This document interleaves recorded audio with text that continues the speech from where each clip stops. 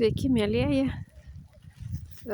Noriu pakalbėti truputėlį apie sėklų daiginimą, apie būtent arbūzų sėklas kol kas, nes matau, kad naujokams labai sudėtingas čia išvis reikalas.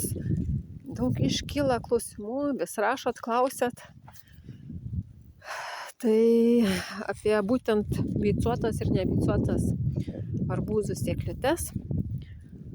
Kada juos sėti, ar juos mirkyt, nemirkyt, nors jau esu daug kartų rašius, kalbėjus apie tai, kad arbūzų sėklytes, būtent beicuotas, mes nieko nedarom, nemirkom, neapdirbam jokiais kalio permanganato tirpalais, nei dar kažkuom tai.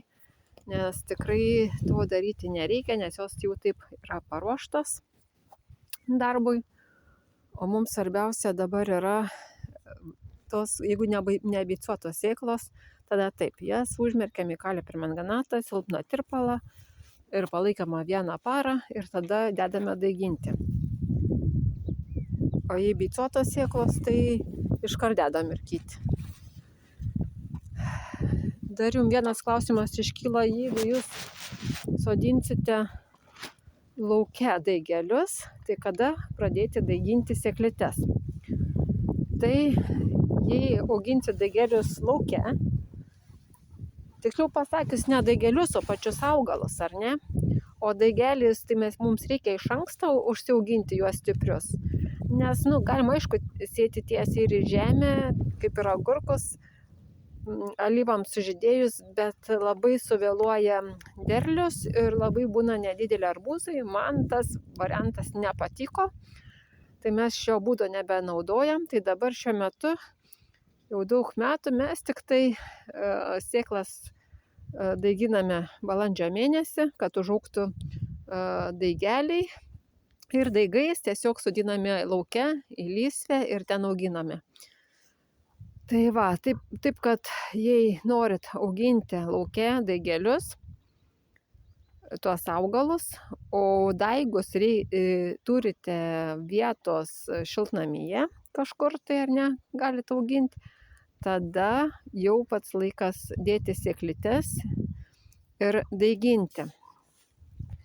O jei jūs auginsite daigelius ant palangės, nesvarbu, ar tos užaugintos daigelius sodinsit lauke ar šiltnamyje, jokio skirtumo.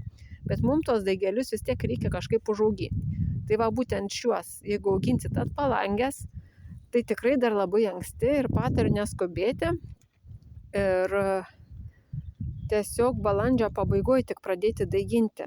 Nors ir kaip stengsite, statysit prie lango, kad ir atrodo, kad ten jiems tikrai šviesos užtenka, bet iš tikrųjų tikrai neužtenka šviesos. Ir tada daigai nusistebia, pasidaro gležnus ir jiem užaugina tikrai gan mažesnį derlių. Arba iš vis net neužaugina, nes jie jau būna nusistebę, pervargę, nukarę, baisu žiūrėti.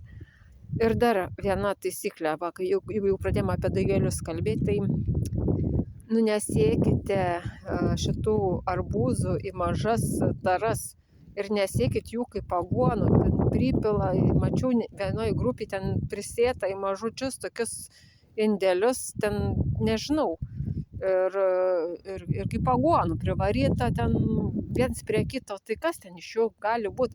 Tai vis tiek persodintai arbūzai nemėgsta, pažysit persodinant šaknelės viskas, derliaus praktiškai neturėsit. Tai jau geriau iš karto po vieną sėklytę, kaip visada sakau, po vieną sėklytę į vieną induką ir viskas. Į taulėšę ten auga, jau persodinėjai net nereikia. Ir kam tas vargas galų gale? Kam tos persodinėjimus daryti? Iškart pasodinai ramybėj, taulė auga, ten vietas jiems daug ir užteks. Moralas išėjo. Gal užteks šį kartą tada. Iškils klausimų, rašykit. Bandysim atsakyti, o aš einu darbuotis, reikia susodinti, kiek sėklyčių, kiek darbo laukia.